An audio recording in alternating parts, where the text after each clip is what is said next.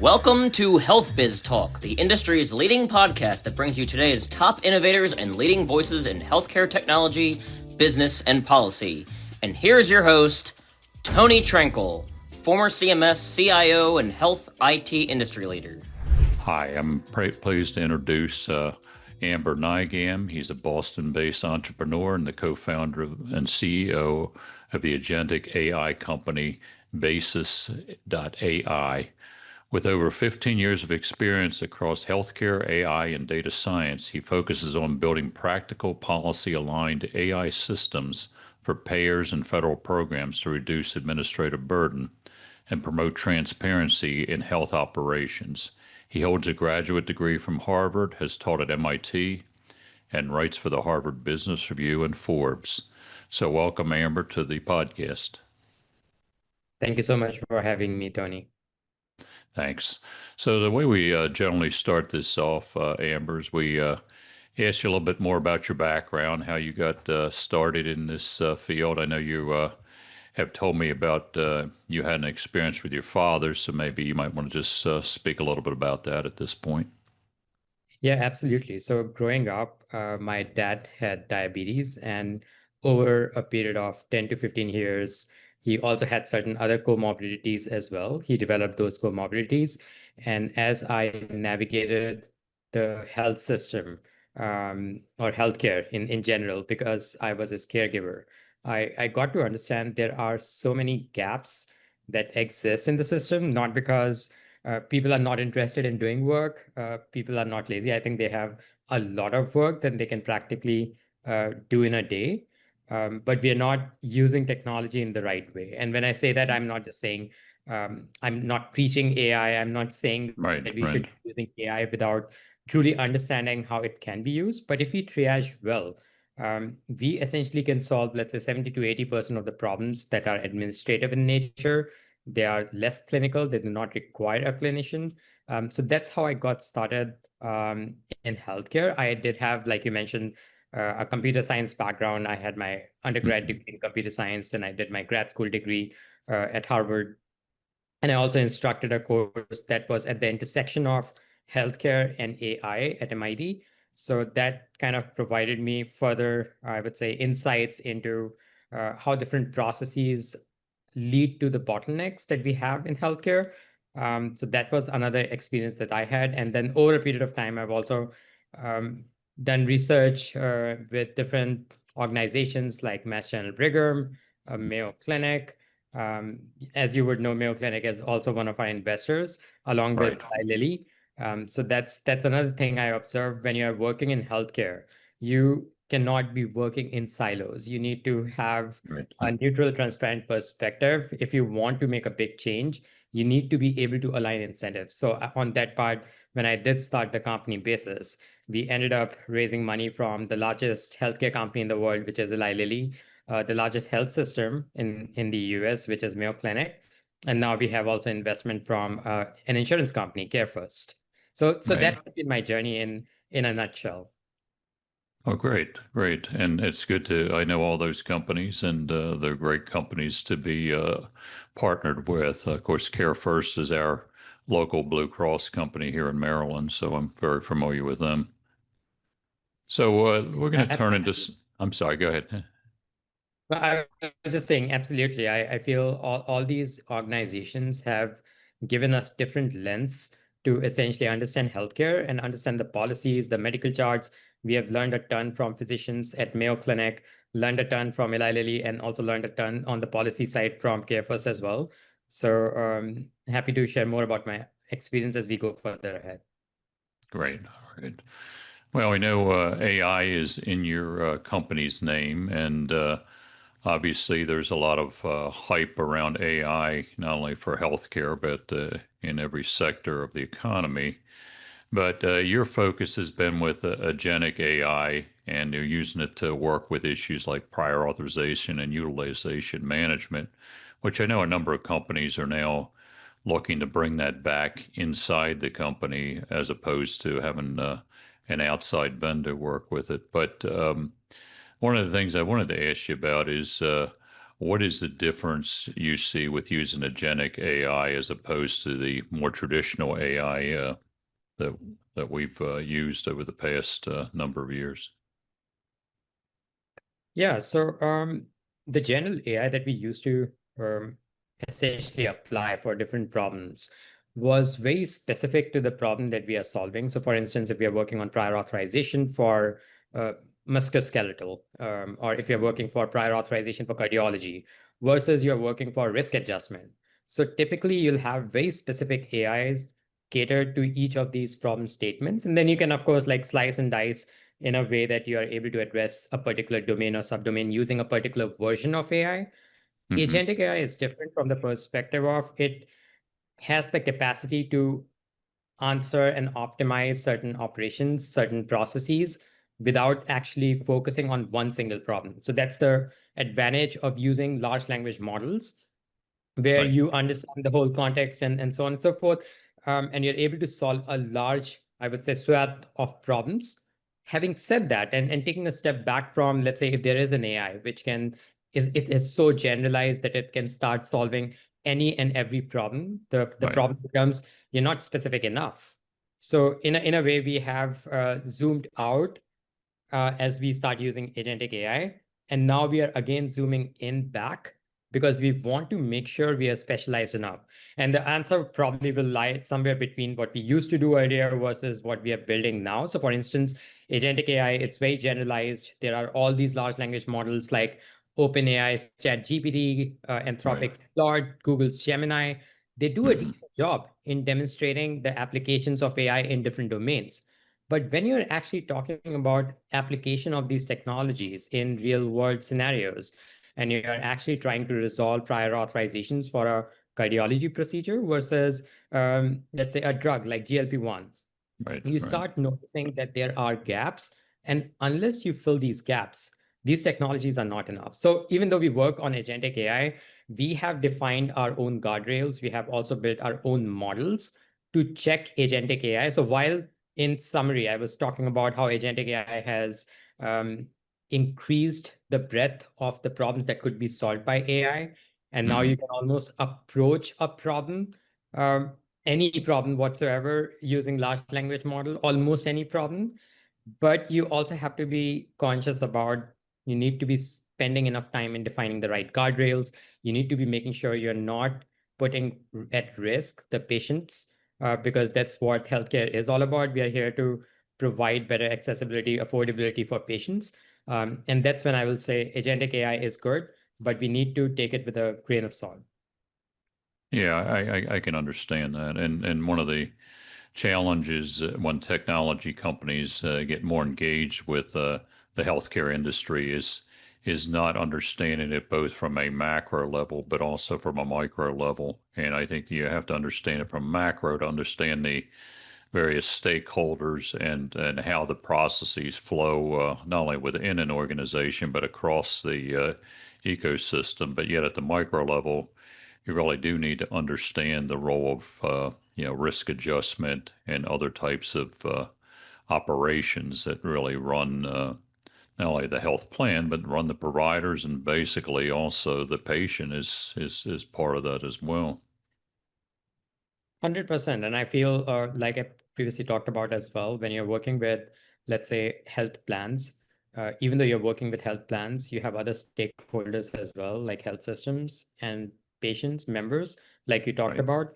And unless you have the full understanding of how your decisions will affect providers and even the members or patients, I don't think you'll be able to do a good job if you're working just in silos. So, for instance, for us working with the health plans without having understanding of the context of electronic medical records on the provider side, or understanding how pharma companies think about the drug distribution and so on and so forth, and how patients are affected, the ramifications of your algorithms is right. not a choice.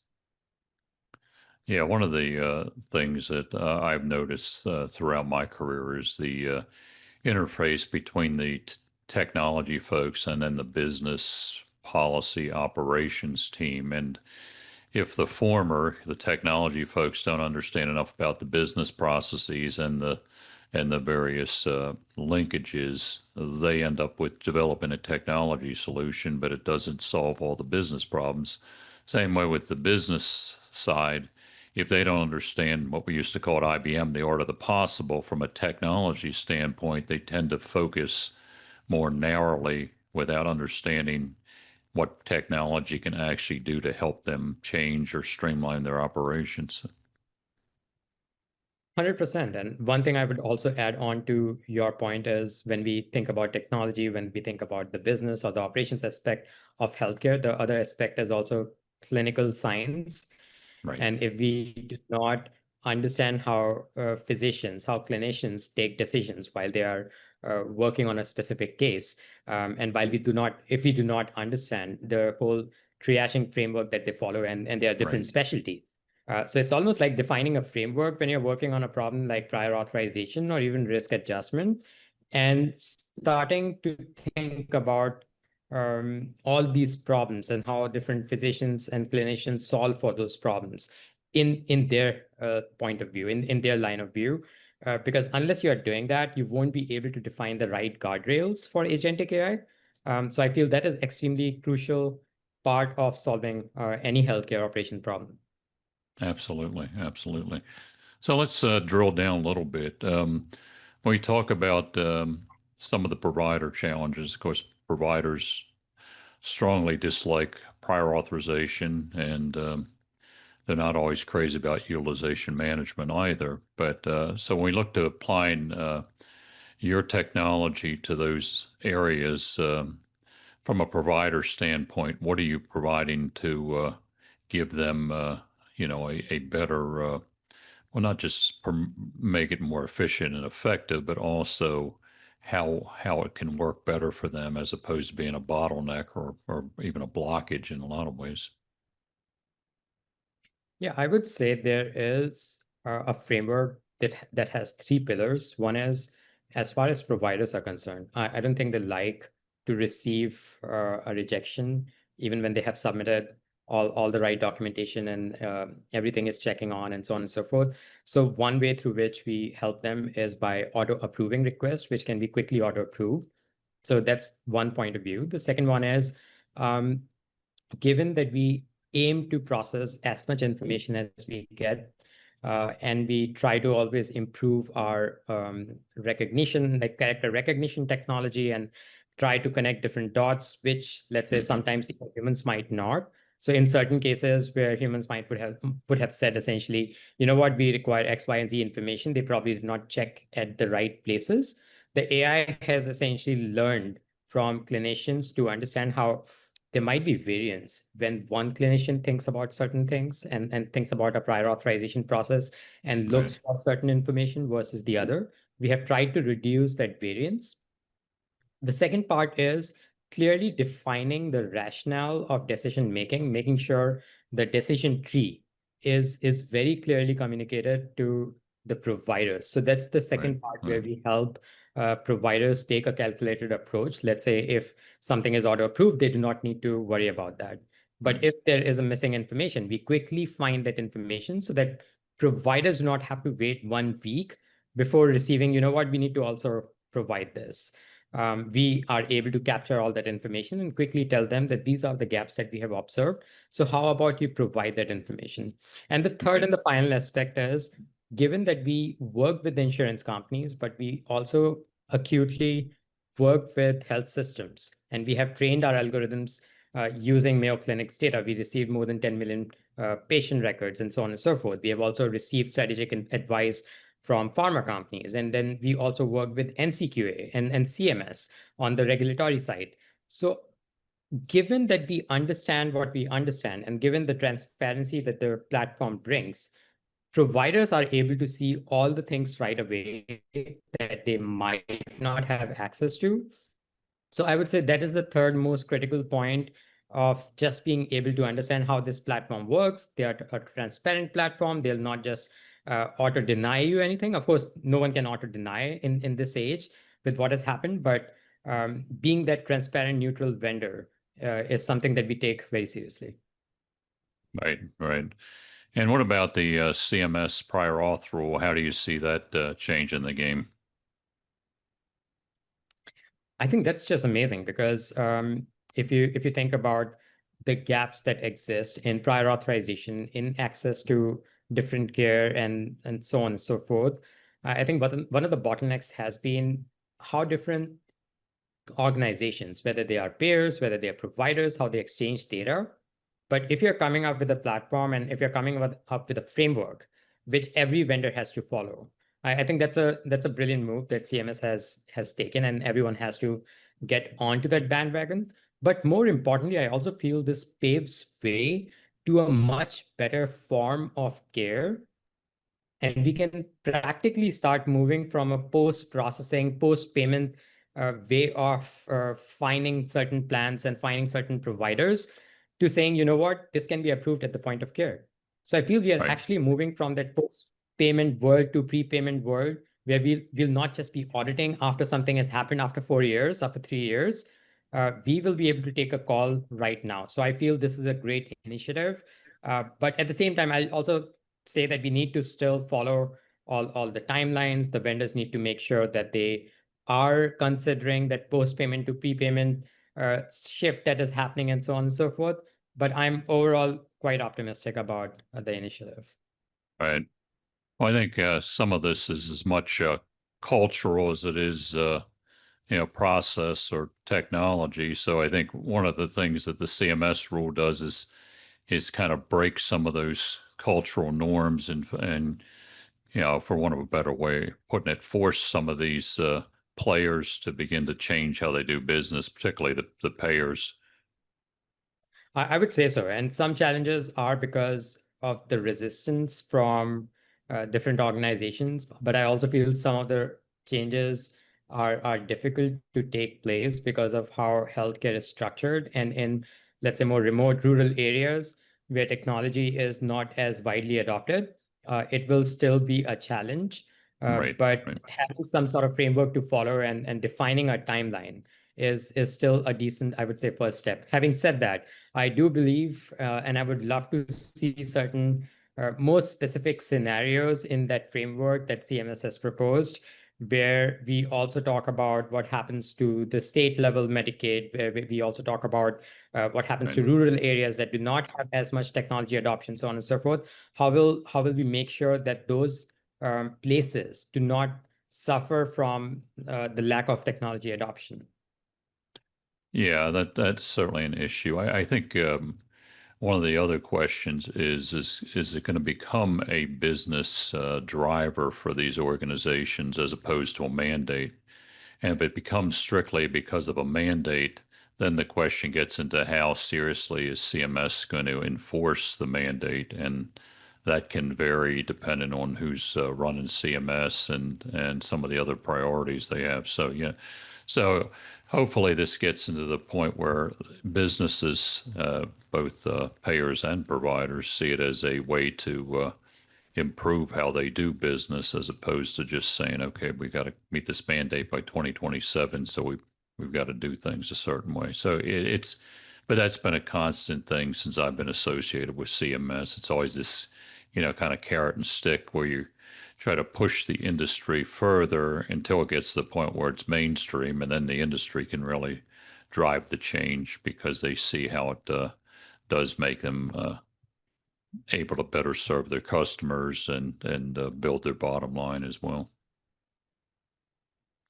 100% agree with that. And I'm also seeing CMS taking certain initiative in bringing the broader industry together. I'm talking about Chili Cook-Off Challenge, for instance, that they are currently holding. We, by the way, are one of the 10 finalist organizations, Basis AI. So excited to be leading that way. But I do feel such an initiative is very welcomed by the industry because we get to share what we are doing on the commercial insurance or even Medicare Advantage plans with pure Medicare, pure Medicaid. So it has been a learning curve, I would say, for us to understand how CMS thinks about things. And then CMS also came up with the wiser approach for Right. prior authorization. So I do see CMS taking certain initiatives, trying to revolutionize in a way how auditing is done, medical bill review is done, and how we think about risk adjustment versus prior authorization, and even utilization management at a large level. So I feel quite positive about that. Of course, it remains to be seen how everything will play out, how we will go just beyond a few headlines into operationalizing what we are doing right now as well. So I look forward to that.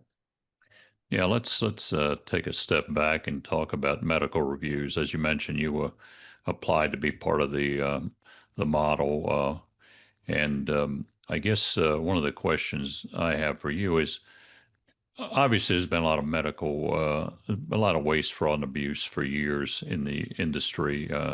Medicaid probably the largest, but not solely. And Medicaid is more on eligibility, whereas the other areas, a lot of it is claims focused. Where do you see AI making a difference? Because a lot of these organizations, and CMS included, have invested a lot of money in both the front end and back end around claims to be able to catch the bad actors in before the process, and then also then quickly catch the anomalies after the claim is processed. So what are your thoughts as to how do you get them to the next level? Yeah, I would first of all describe this as like a three-way problem or a three-pronged problem. One is on the eligibility, like you mentioned, especially for Medicaid, Right, capturing all the gaps and almost like categorizing them as waste, abuse, or fraud, and so on and so forth is one step. The second part is on understanding how different claims happen, how different providers apply for the same, let's say, CPT code, and right, they ask for different pricing and how there are different, I would say, qualifiers that sometimes they use, which might right, be wasteful, abuse, etc. So thinking about that is one thing. And the third and the final thing, which kind of connects all the pieces, is thinking about medical bills and medical records. So when you connect the dots and you're saying, you know what, I'll not just be looking at the claims, I'll also connect them with the medical records. I'll also right, connect right, connect them with the patient history. That's when you get the richest data. And what we see is, even though we can do a lot if we just have claim records, because you can still aggregate information up to, or bubble information up to, let's say, a provider level, and you can try to figure out what waste patterns or abuse patterns you can see emerging. But at the same time, unless you can connect it with the actual patient records, unless you can actually see what the patient has been through, it's difficult to connect the dots with half-baked information. So I would say, as we think about finding waste, finding abuse, almost like attributing some of them to be fraud, I think we also need to be mindful of we are not just connecting the wrong dots. We are open to understanding why some of that waste is not intent based, because intent is a gating mechanism, I would say, between what is waste versus abuse versus fraud. And when there is a repetitive abuse, it kind of becomes fraud. And waste is something, given everyone is under so much administrative burden, that they could not lift their head up and understand there was something wrong with their documentation. So being very clear of that would be crucial, because we don't want to be having these experiments bias providers in a bad way, that they start turning patients away, turning members away. So that I feel will be critical as we think about the whole fraud, waste, and abuse space, and medical records and medical bills. Well, I know there's administrative burden, but I will say that there's three players in this drama. One is the government side is the entity, one is the payers, and one is the providers. And I know from my experience, all of them have engaged technology companies to use AI to help themselves. So the government's trying to make sure that there isn't abuse occurring. The providers and payers are both looking to maximize revenue in a lot of cases. So, yeah, there's burden, but there's also, it's like three organizations using AI to compete against each other, and the patient sometimes is the one that gets, or the member, or whichever role they play, is the one that gets left out in a lot of cases. I would agree, and I would just share something with you, that we are seeing a lot of appeals as Right. compared to what it used to be probably like 3 years ago in the last couple of years, because there are AI technologies that can pick up all the records and say to the providers or even payers as well, you know what? We can challenge this on your behalf. We can just automate sending this email. You don't have to worry about it. The regulators or the payers are the ones they have to respond to you. So Mm. that's one thing that we have observed. And to your point, what we are also noticing is payers get worried about receiving these appeals. Then they start making all the rules that they have like even more restrictive so that they are safe from certain scrutiny and so on and so forth. Right. And patient is, or the members essentially are the ones who suffer in that process. What we Right. are also seeing is regulators are doing the same. So as you think about CMS, NCQA, and so on and so forth, they're using AI as well. I think the solution will essentially lie in a strategy where all these stakeholders kind of come together. And I would take the analogy of how we think about pharma industry. And I'm not saying that's a solved problem, but sometimes you define price caps for drugs. So no matter Right. what strategy, let's say a pharma company is talking about, how innovative the drug is.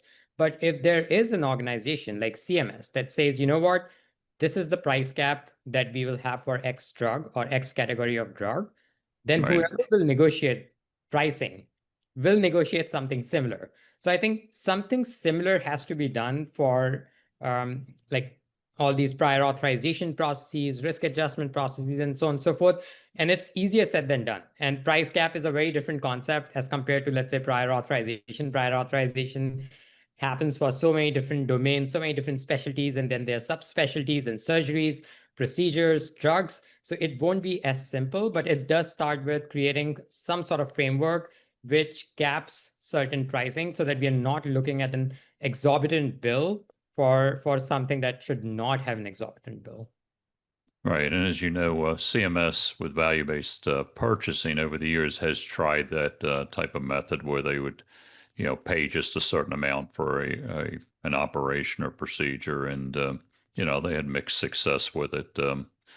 But from a patient side, I think one of the issues is patients don't understand the bills. They don't understand how the charging occurs. And I'll be honest with you, I get different bills, and it's hard for me to understand them in a lot of cases too. And even when you call the insurance company or the provider or the site where the procedure is getting done, you don't always get it. They don't give you really a good answer. So it seems to me on the patient side, if you could provide AI to help them get better literacy and understanding of their options, and not just and even if they appealed, having a powerful AI tool to help support them in their appeal would be great as well. I would say so. And I think to your point, I was speaking with a physician a couple of weeks ago, and he mentioned this that he typically gets different notifications from the payer, from the Right. provider on what he needs to submit, or what he needs to pay for. And unless he receives at least three odd notifications from both of them, that's when he submits, that's when he pays for Right. those bills, because otherwise he'll be paying twice.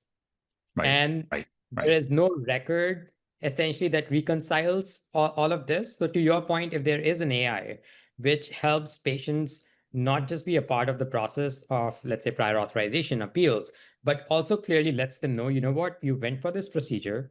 This was the cost that your insurance is bearing. This is your copay. You just need to pay this. And I've reconciled information from 10 different documents coming from the payers and 20 different documents coming from the providers. You Right. just need to go to this link and pay. And this is very much possible. I think just because of how we have defined certain constraints and firewalls in healthcare, which of course some of those firewalls are absolutely As a required from a because you want to privacy make sure standpoint. um, privacy standpoint. But if somehow we can get over these barriers, it will significantly help the patients. And it's not even like we do not have the technology. We do. Yeah, we definitely have the technology. I think regulations, policies, and other things. Some of it is business. imperatives at certain organizations. Sharing information sometimes they don't see as a benefit; they see it as a something that could be detrimental to business. Whether we believe that or not is another story. But 100%. I've also heard certain organizations say that if we provide X information, we have seen how different stakeholders game those into the equation that we have. And I feel many people consider it a zero-sum game. I think you'll only consider healthcare as a zero-sum game if you're not considering patient to be at the center of this. I don't right, think it's about the providers. I don't think it's about the payers. It's not about the regulators. I think all are working together for patients or members, as you'd like to call them.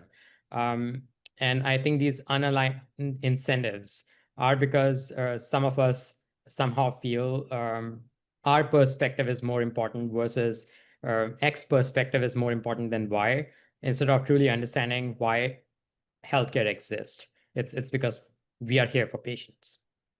I think part of the problem with prior auth, as if we're still looking at the patient, I mean, we certainly know why prior auth is done by the payers because they need it to help control their costs and certain procedures and tests and things that maybe out of network or whatever. And we understand from the provider's standpoint what they don't like about it. But it seems to me like in a lot of cases, the patient does not even know there's going to be a prior auth needed until they get, fairly well into the process. So if there could be a way that AI could be educational to them up front that says, lets them understand the consequences of picking a certain insurance company, its relationship or lack thereof with their provider, and then where prior auth might fit in. It just seems like technically you can do all these things, but it would take a number of changes and things that the patient would have to agree to. But it would save a lot of paperwork for everyone and save a lot of challenges for the patient as they try to navigate their way.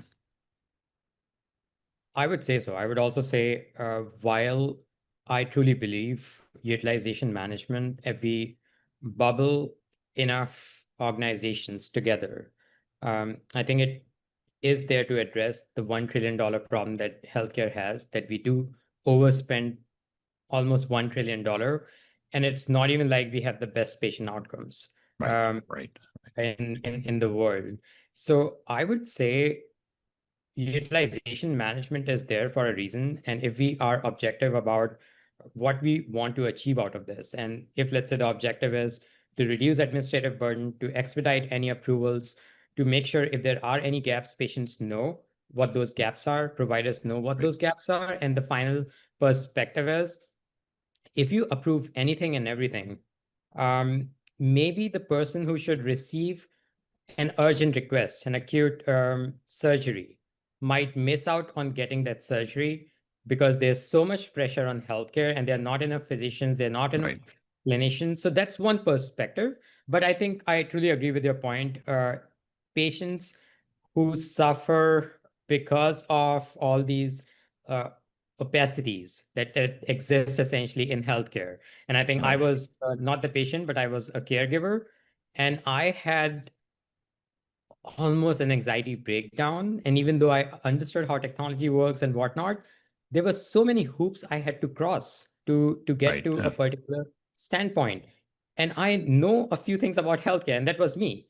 And it's right, the same, by the way, with certain clinicians and physicians as well.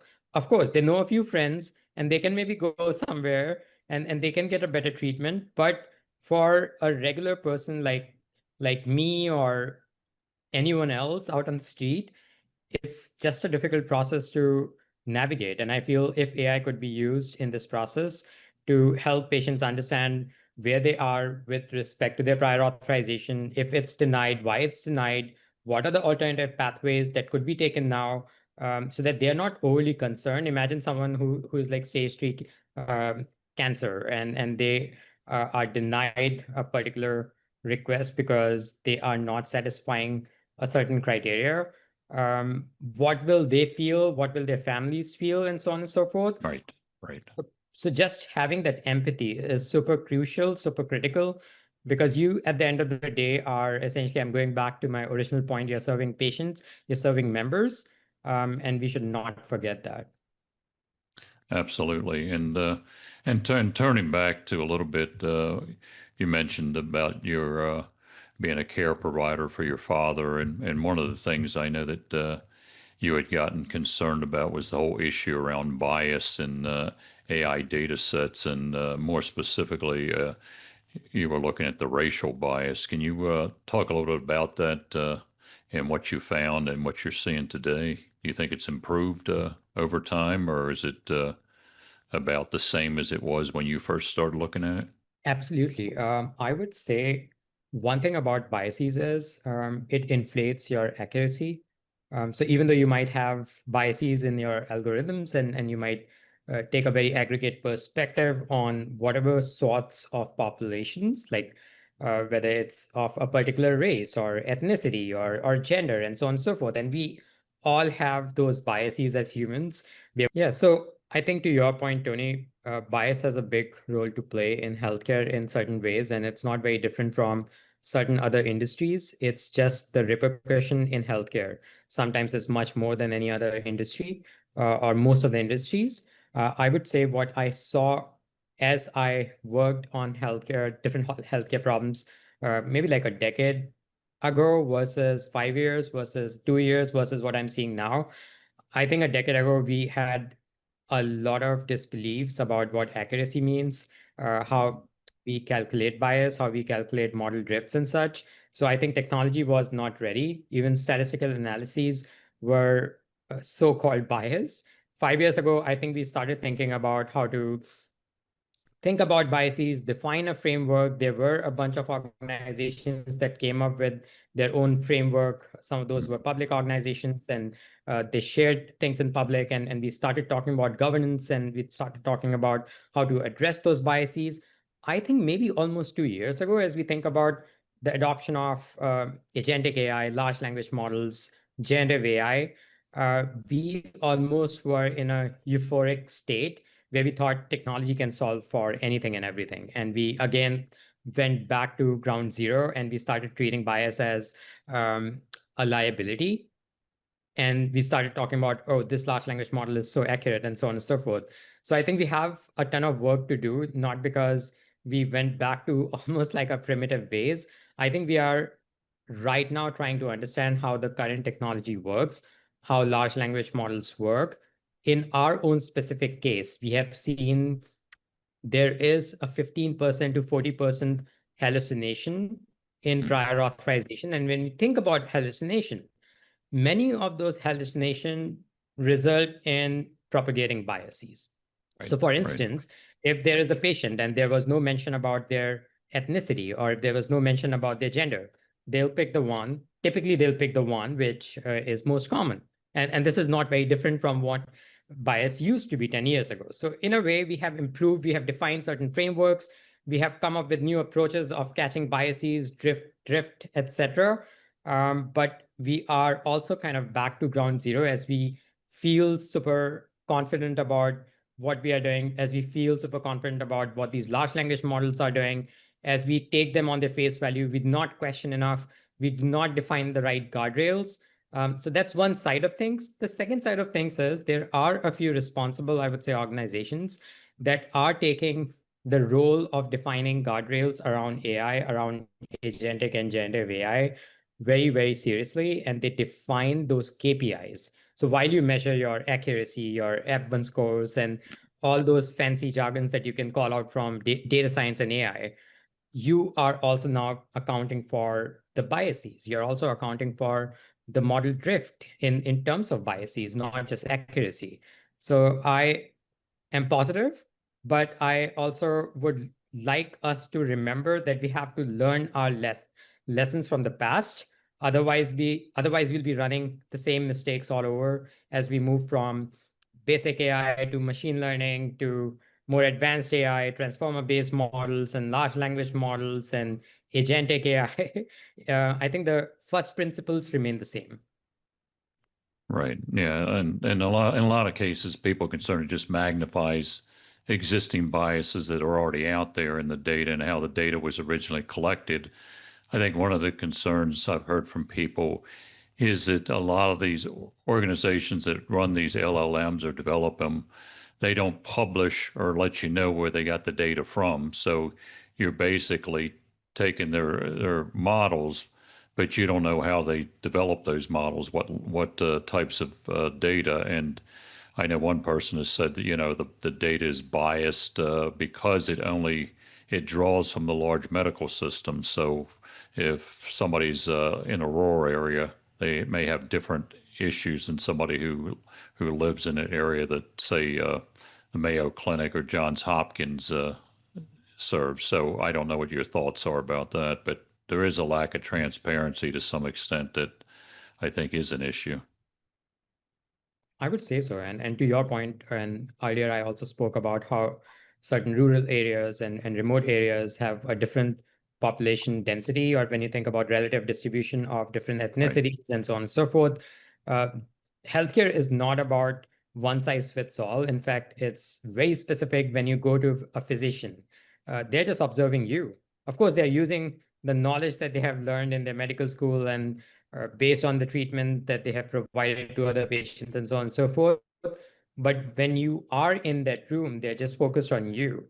So if you use a model which is very generalized, very aggregated, I think you're missing out on the optimization problem. You're trying to optimize for one specific person. So Right. it almost becomes n of one problem, then n of n problems, or n of m problems. Right. Right. Right. I think to that point, there are certain companies that do not just they do not share anything about the data that they are using. There are also companies essentially that do not even share how the models are trained, and even the trained models, how their weights and biases are, Right. Right. weights Exactly. and Right. um, biases are. So you're unable to understand, like, if this model will say X, is it a correlation? Is it a causation? How can I understand if I'm hearing this from a model now? If I run the same model on the same data, will it say the same thing? Even if Right. it says the same thing, if I run it on a very similar person, how different will that be? So given that even in the research community, people do not talk about sharing certain weights, certain biases of those models, I think it's the same problem all over. That sometimes you need to share the data, sometimes you need to at least give some hint. But given how competitive large language model, I would say, organizations are and the industry has become, I don't see that changing, to be very truthful. And even though there are organizations that are trying to be more, I would say, forthcoming about sharing information, I think there is also a fear about, oh, what if we are sharing, but some other Right. Right. organizations Right. are not sharing? And let's say, Yeah. as we think about our own country, about the US, and we compare it with, let's say, any other country like China. So even if we start doing, do we really expect China to share anything whatsoever, or the organizations in China to do that? And I don't want to take a very political route here. I think there's just a lot of distrust, especially in how you train your data, how you train your algorithms, and on what data. And I think a lot of current really big organizations have taken certain very dubious stances on training their algorithms. So I don't even think they can share their data as much as we would like them to share their data. Yeah. Yeah. I think that's true. I think the people who you mentioned the large percentage of hallucinations that occur, and I think that the big challenge is not going to be with the health providers, and because they understand when they see certain types of responses. But I think once again, getting back to the patients or members or whatever role we're playing, we can be easily. We've seen that already with the news media and other things in the health area can be even more potential for a problem if the patient doesn't get accurate information. I would say so. And that's why human in the loop is super critical as we think about healthcare, as we think about anything that we are about to deliver to a patient or member, like you said, or even to the providers, so that we are not going back and forth between two different AI versions, one on the provider side, one on the payer side, and now one on the regulator side as well. So Right. it's a three-way problem, like you mentioned, and I think patient is at the center of it. Exactly. Exactly. Okay, we're going to get to the last major question, and then we'll kind of wrap this up in the next few minutes. But you recently wrote an article with Forbes where you described the challenges of building AI into various healthcare workflows. And we touched on this a few moments ago a little bit, but you expressed concern that these efforts may fall short because developers fail to heed the traditional engineering concept of separation of concerns. And, you thought that that would be something that could actually make the development a lot better if people paid attention to that. And I guess this gets back to your generic versus specific area that we talked about a few moments ago.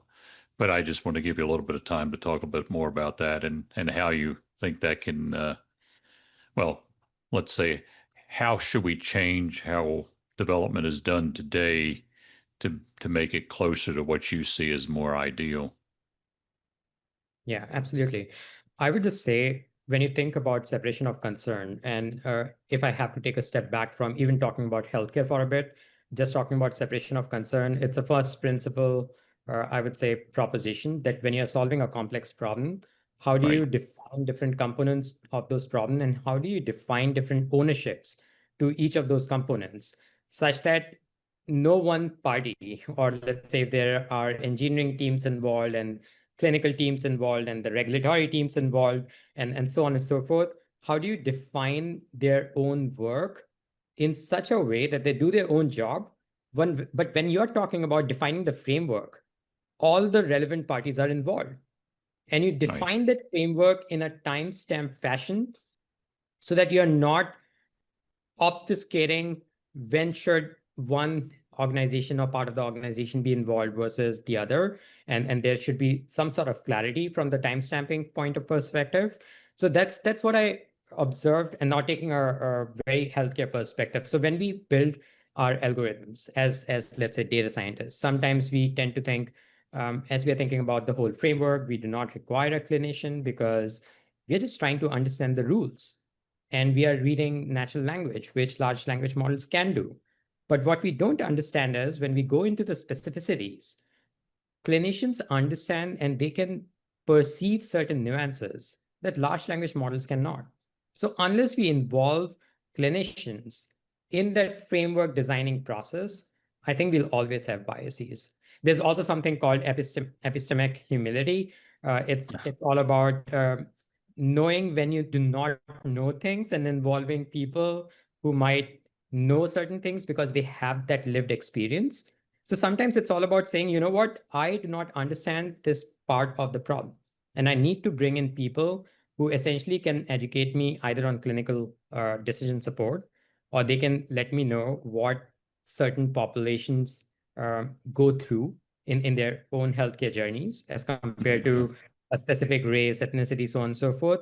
So that's another part to it. And the third and the final part I would say is, as you are building this framework, as you're thinking about, you know what, now is the data science part, then we should give certain freedom to data scientists to do their magic as well. And there should be certain checkpoints so that those experiments do not run amok, and they're checked at certain points.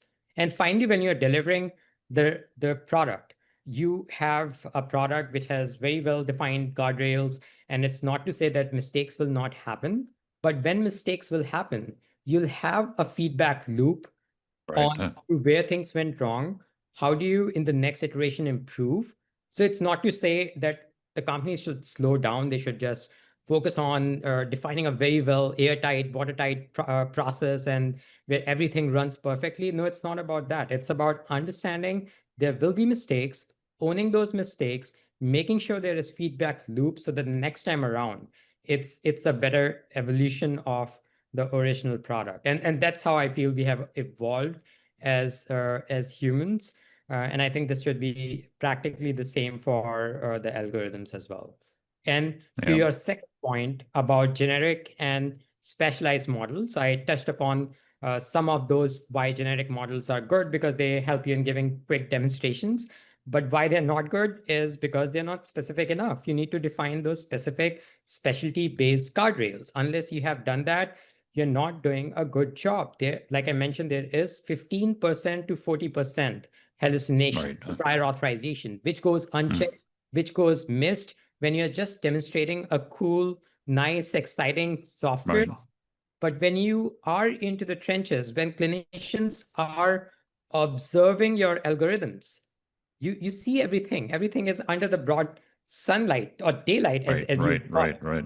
So that's the reason why we need to be mindful of switching back and forth between generic and more specialized. And I mentioned this in my Harvard Business Review article as well, that as we think about moving fast, of course, we should move fast because there are a lot of patients members who are not receiving the care that they should in the right time, and we can define the right triaging model to improve those scenarios.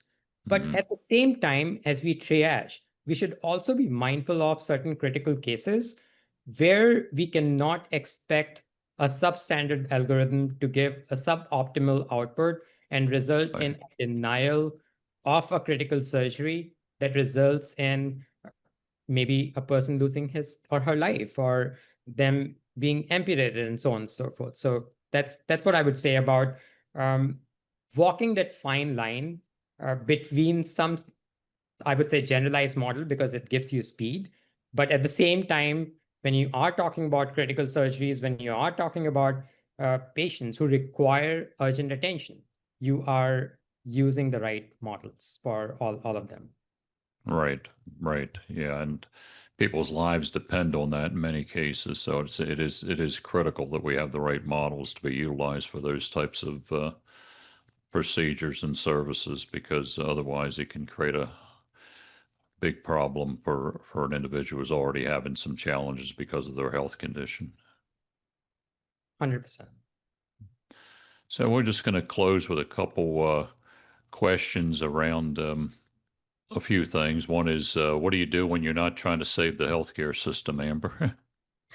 I love running. I also like dancing as well. I took ballroom dancing when I was in the Oh, grad school. So even though I haven't picked up on that after I graduated, it's been a few years.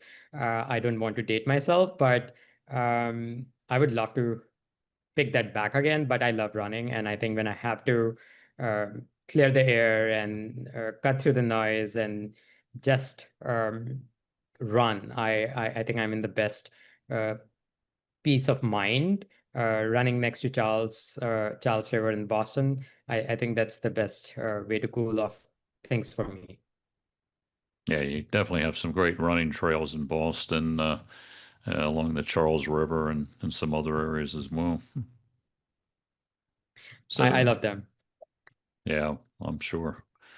So, what people who are trying to get more information on some of the topics you've discussed, obviously they can go out to your company's website, but what are some of the publications or podcasts or other types of information sources you go to get more information that might be helpful to people who both want to dig deeper or people who want to dig wider? Yeah, I would say if I have to go wider, I typically go for, like, I like reading Harvard Business Review. I also like New Yorker, for instance, or Mm-hmm. the healthcare section is just amazing. New York Times when I want to go for a more mainstream stuff, but I think New Yorker is my favorite. At the same time, I also write. So I have written for Harvard Business Review, like you mentioned, Forbes, Stat News. I love Stat News, the people who Right, right. essentially made Stat. I know one of the co-founders. He's amazing.